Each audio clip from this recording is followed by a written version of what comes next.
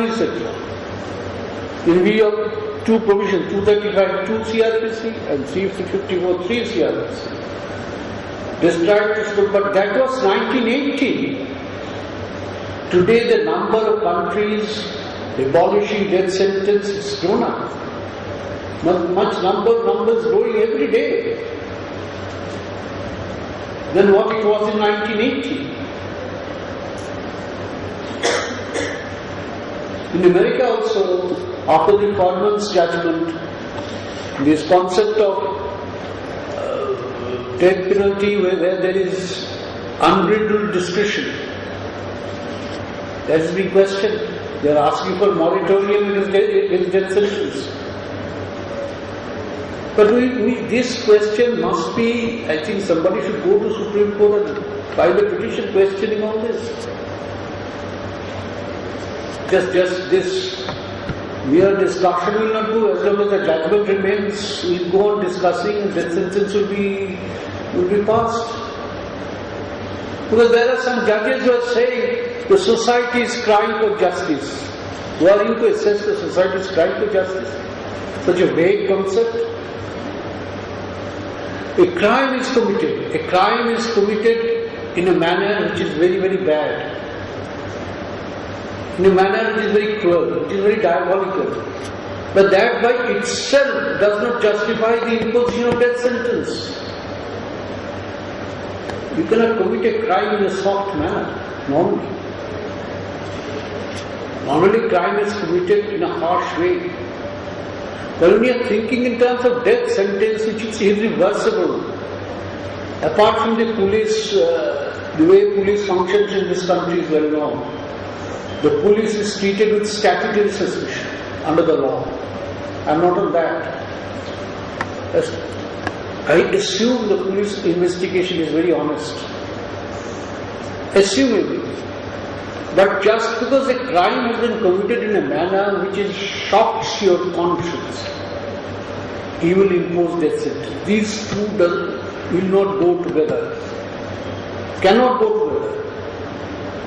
That is, then the Bachchan Singh judgment will fail. Its ratio will have no meaning.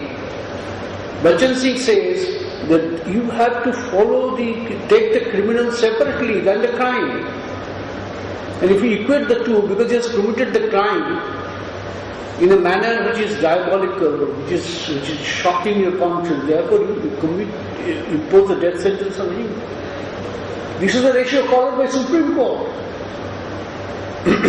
which has been sort of, if I may say so, which has been criticized in barrier, and it's still followed. It is still followed. Even today it is followed. But the crime is shocking, therefore the punishment must be shocking. But this is not the logic, this is not the principle of our Constitution. This is not what is known as the due process of law. And one thing while I was listening to these persons, various speakers, this strikes me. How can you call it a death penalty? Because in any concept of penalty, what is inherent in any concept of penalty is a question of proportion. Proportionality is an inherent attribute of a penal measure. Now, when you are giving death penalty, where is the proportion between death? Where is the proportion? Irretrievable, irreparable, irreversible. So, actually if you read section 302, it will read like this. Whoever commits murder, actually, it is said shall be punished with death. Instead of that, actually it is, whoever commits murder shall be killed by the state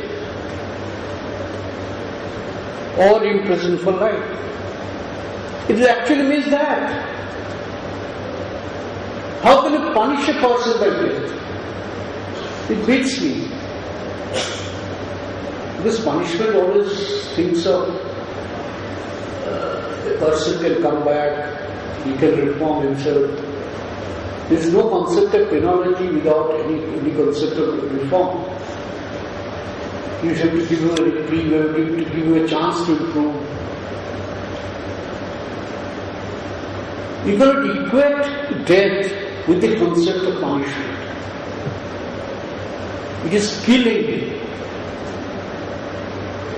If you look at it, this has been given pocket on the certain concept of punishment. If you look at section 302, whoever commits murder shall be punished with death. He shall be killed by the state. That is what it is. Or imprisonment for life. In between, entire grey area. In which case you choose imprisonment for life, in which case you choose death. This is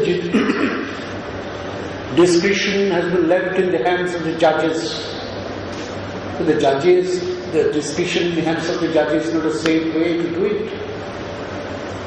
Even at the Supreme Court level. Well, I don't want to speak for myself. When I was in Supreme Court, I saved 3 persons.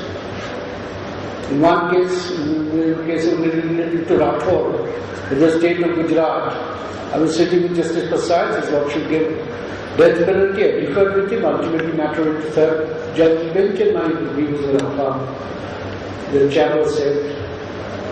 Then in Ramdev Chauhan's case, Mr. Collins argued, there also Justice Prasad was there. There was a review, ultimately the call was also saved, that I am told by somebody that Ramdev Chauhan is married and said to be died. The third case is Rajesh Kumar's case from Delhi. There, of course, it was not a speed verdict. But that is, I am not saying I have done anything extra. I mean, I have done my duty under the Constitution. The time has come to challenge the provision of Section 302 once again in the light of the present uncertainty in law, uncertainty in the manner of execution, handing over of death sentences. And for that, the best testimony is the Supreme Court reports. The judges are saying.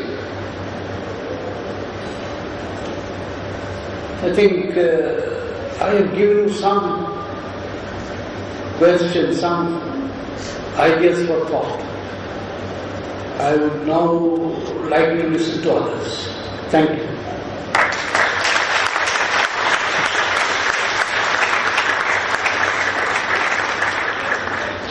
Much food for thought. Would anybody like to comment or make any questions now or save it for later? We could open it up right now and take the questions now or the comments now, or we could take it later. Yes, let's have a few now. Yes.